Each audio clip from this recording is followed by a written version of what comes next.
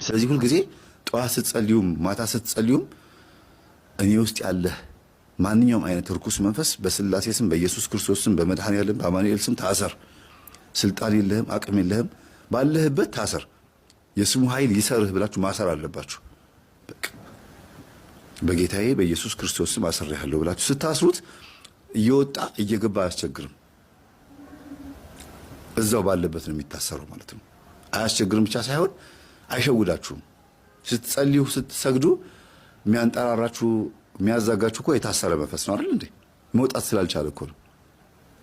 መንጠራራት፣ ማፋሸክ፣ ሆድ መንፋት፣ ፈስ መፍሳት፣ እንባ በቃ በማዛጋት ብዛት እንባ በቃ በጣም ይበዛል። ይሄ መንፈሱ ከእናንተ ወጥቶ የሆነ ቦታ ላይ መደበቅ አለመቻሉና እናንተው ላይ ሆኖ መታሰሩ ነው። ሌላም ደግሞ እንደገና ያልታሰረ መንፈስም ከሆነ ደግሞ ጸሎቱን እንድታቆሙት እየተፋለማችሁም ሊሆን ይችላል።